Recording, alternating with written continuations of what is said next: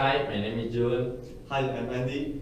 Hi, my name is Leonardo. Hi, my name is Paul. Hello, my name is Jordi. Hello, my name is Maxine. And I'm Jack, and we are Bricks and Blocks, and this is our PowerPoint presentation on our case studies.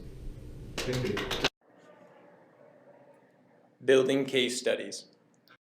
Project outline. We will talk first about a successful project case study. We'll talk about the backgrounds and challenges, how these challenges were overcome, and the knowledge that was gained from their success.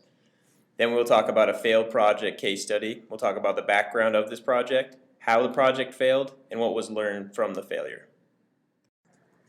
Well, the Petronas Twin Towers, located in Kuala Lumpur, Malaysia, was ranked as the world's tallest building for 6 years, and one of the main things was that it was built by two different firms. One of them, the Japan-based Hasama Corporation, and the other one, the South Korean Titan Samsung Engineering and Construction.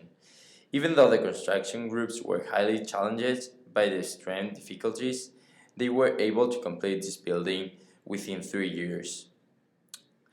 These buildings, the Petronas Twin Towers, was built as a symbol of wealthy and economy and politics, and throughout its construction progress, many local industries took the challenges to compromise the engineering decisions by specifying higher strength materials and lower tolerance. In order to overcome the difficulties in design and construction process, innovative strategies were employed. The construction group encountered challenges before they started constructing its foundation. Canny Hill, where the Petronas Twin Tower are located, has a complex soil condition. The topsoil layer consists of stiff sandy formation with eroded limestone bedrock beneath.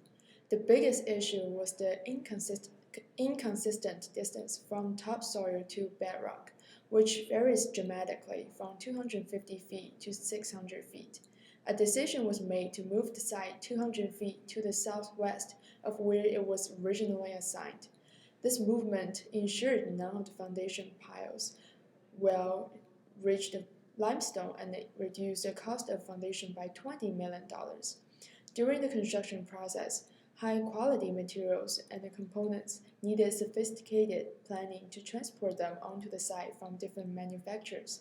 In order to prevent any unnecessary conflicts, an on-site high-strength concrete plant was built to directly provide construction materials. To talk about is the sky bridge of the Petronas Twin Towers. Placed 170 meters high in the air and between both towers and weighing more than 550 tons, its construction and assembly posed one of the most difficult challenges of the project. To solve the space constraints on site and facilitate the assembly, 5 subsections were prefabricated in Korea and then shipped to Malaysia. That ensured that the process was done within the highest standards. The subsections were then precisely lifted. First, the lateral joints, then the lower legs, and finally the middle section.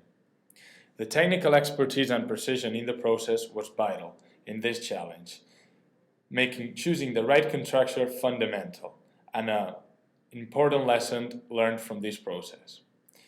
As an example, after a thunderstorm stopped all the computers, the contractor was able to reboot them in less than a couple of hours and finish the whole lifting process within 30 hours.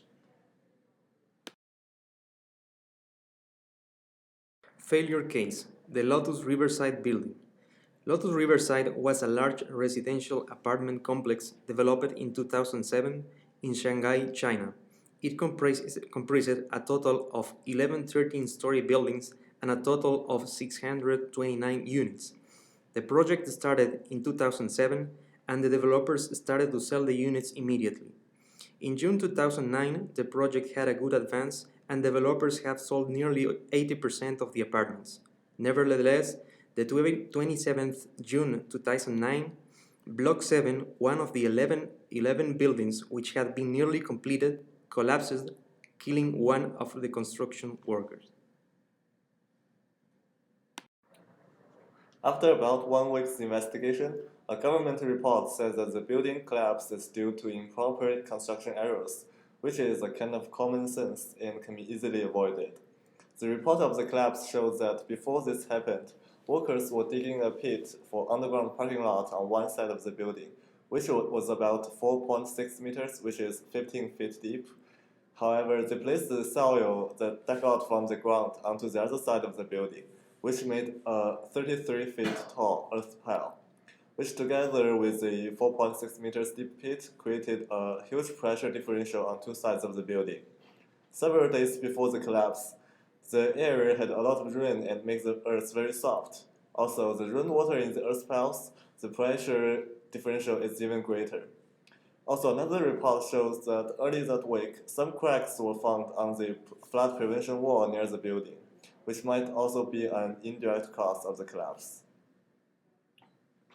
In order to prevent this from happening in the future, proper soil disposal area is very important, which should be taken into consideration during the planning phases and before the start of construction.